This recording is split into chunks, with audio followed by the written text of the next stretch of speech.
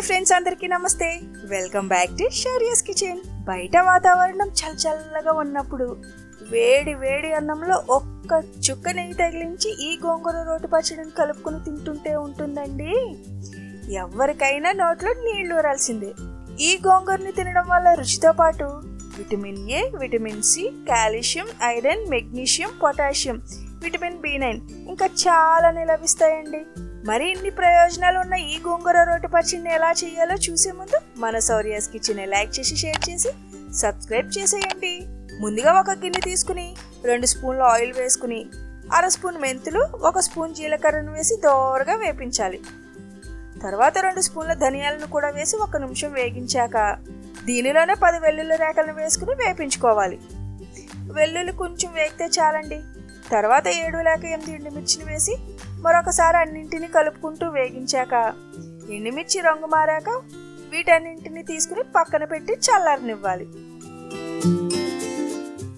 తర్వాత అదే గిన్నెలో మరొక స్పూన్ ఆయిల్ వేసుకుని శుభ్రంగా కడిగి పొడారిన 1 కట్ట గోంగూరని ఈ మూకిట్లో వేసుకుని దీనిలోనే 1/2 స్పూన్ ఉప్పు కూడా వేసుకుని కలుపుకున్నాక మూత పెట్టి 5 నిమిషాలు మగ్గనివ్వాలి. మూత తీసి చూస్తే ఇలా మెత్తగా మగ్గిపోయి ఉండాలండి. ఈ గోంగూరలో ఐరన్ సమృద్ధిగా ఉండడం వల్ల వంటికి బాగా రక్తం పడుతుందండి. తర్వాత వేపించి పక్కకు పెట్టుకున్న ఈ దినుసులన్నింటినీ రోట్లో వేసి దంచుకోవాలి. నేను కొద్దిగా చేస్తున్నా కాబట్టి మొత్తం ఒకేసారి వేసి దంచుతున్నానండి. ఎక్కువగా చేసేవారైతే ఒకదాని తర్వాత ఒకటి కొంచెం వేసుకుంటూ దంచుకోవాలి. దీనిలో కాల్షియం అధికంగా ఉండడం వల్ల ఎముకల దృఢత్వానికి, మెగ్నీషియం వల్ల నిద్ర బాగా పడుతుందండి. తర్వాత ఇందులోనే మగ్గించుకున్న గోంగూరను కూడా వేసి అంతా కలిసేలాగా కలుపుకుని మీ రుచికి సరిపడా ఉప్పు సరిపోయిందో లేదో ఒకసారి చెక్ చేసుకున్నాక ఇందులోనే 1 ఉల్లిపాయ ముక్కలను కూడా వేసుకుని కలుపుకోవాలి. మీకు ఇష్టమైతేనే ఉల్లిపాయ ముక్కలు వేసుకోవచ్చండి, లేకపోతే స్కిప్ చేసేయండి. గోంగూర పచ్చడిలో ఉల్లిపాయ ముక్కలు కలిపితే అరగంట తర్వాత ఉల్లిపాయ ముక్కలు కూడా బాగా ఊరి భలే పుల్లగా ఉంటాయండి. పోపు కోసం 2 లేక 3 స్పూన్లు ఆయిల్ వేసుకుని పోపు దినుసులను వేసి వేగించాక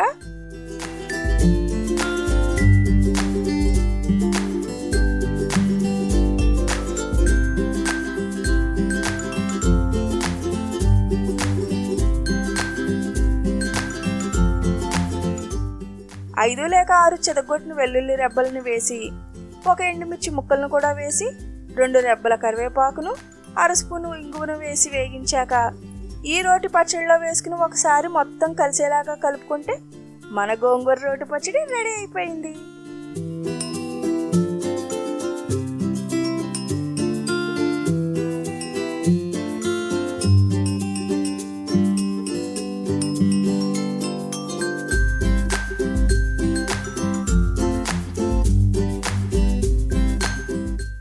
చూస్తుంటే ఇప్పుడే తినేయాలనిపిస్తోందండి.